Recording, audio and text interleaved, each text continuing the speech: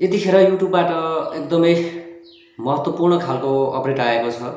मैले चाहिँ यो अपडेट हेरेँ, पढेँ, मलाई चाहिँ एकदमै राम्रो लाग्यो। तपाईँहरूको युट्युबमा पनि यो अपडेट पक्कै आएको छ होला। यदि तपाईँले थाहा पाउनु भएको छैन भने युट्युबको वाइटी स्टुडियो खोल्नुहोस्।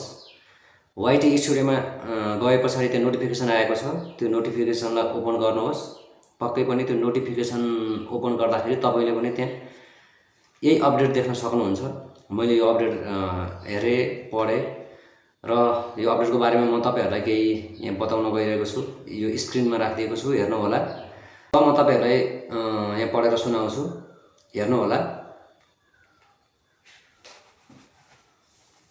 यसमा चाहिँ के भनिएको छ भने 2026 अगस्त 24 तारिकदेखि युट्युबमा भ्युज गर्ने तरिका बदलिँदैछ भनेको छ। यो विशेष गरी भ्युजको लागि हो। यो नियम सर्टमा मात्रै होइन, सबै भिडियो फर्मेटमा विश्वव्यापी रूपमा लागू हुनेछ। यो चाहिँ सर्ट भिडियोमा मात्रै नभइकन यो चाहिँ सबै प्रकारका भिडियोहरू, जस्तै लङ भिडियो, लाइभ भिडियो, यो सबै प्रकारका भिडियोहरूमा चाहिँ यो नियम लागू हुनेछ भनेर भनिएको छ। अगस्त 24 पछि तपाईँको भिडियोको देखिने कुल भ्युज पहिलेको भन्दा छिटो बढेको देखिन सक्छ।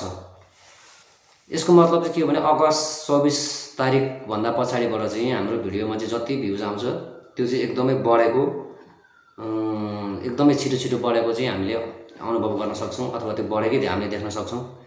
यो खालको अपडेट युट्युबले यतिखेर लिएर आएको छ। र यहाँ अर्को कुरा के छ भन्दाखेरि मोनिटाइजमा के असर गर्छ कि गर्दैन भन्ने कुरामा पनि यसले के भनेको छ भने यसले चाहिँ मोनिटाइजको लागि केही असर गर्दैन। जस्तै भ्युज बढ्दैमा मोनिटाइज भइहाल्ने भन्ने कुरा चाहिँ नहुन पनि सक्छ। त्यो भ्युज चाहिँ अब कति वाच टाइम चाहिँ कति मिनटसम्म त्यो भिडियो हेरेको छ त्यसको आधारमा चाहिँ वाच टाइम काउन्ट हुने हो। यस्तै वाच टाइमहरूमा चाहिँ अपडेट गरेको छैन। जस्तै हाम्रो भिडियो क्लिक गरेर 1 सेकेन्ड हेऱ्यो भने त्यसको 1 सेकेन्ड मात्रै बनाइनेछ, भ्युज मात्र बढेर भएन। त्यसको लागि चाहिँ वाच टाइम बढ्नको लागि चाहिँ त्यो भिडियोलाई पुरै हेरिनु पऱ्यो, अथवा 2-4 मिनट हेरिनु पऱ्यो। त्यसमा जोड्दै जाँदाखेरि हाम्रो वाच टाइम कम्प्लिट हुने हो।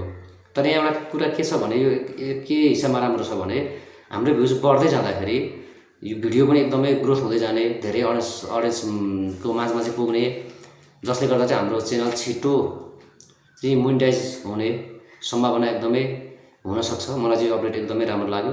तपाईँहरूलाई कस्तो लाग्यो? यदि यो अपडेट तपाईँकोमा आएको छैन भने मोबाइलको वाइटी स्टुडियोमा जानुहोस्, नोटिफिकेसन आएको छ, नोटिफिकेसनमा क्लिक गरेर हेर्नुहोस्, पढ्नुहोस्, तपाईँ सबै कुराहरू बुझ्नुहुनेछ। मैले केही कुराहरू तपाईँलाई बताइदिएँ। अनि यो भिडियो तपाईँलाई कस्तो लाग्यो? म यस्तै युट्युबको अपडेट सम्बन्धी भिडियोहरू लिएर आउने नै छु।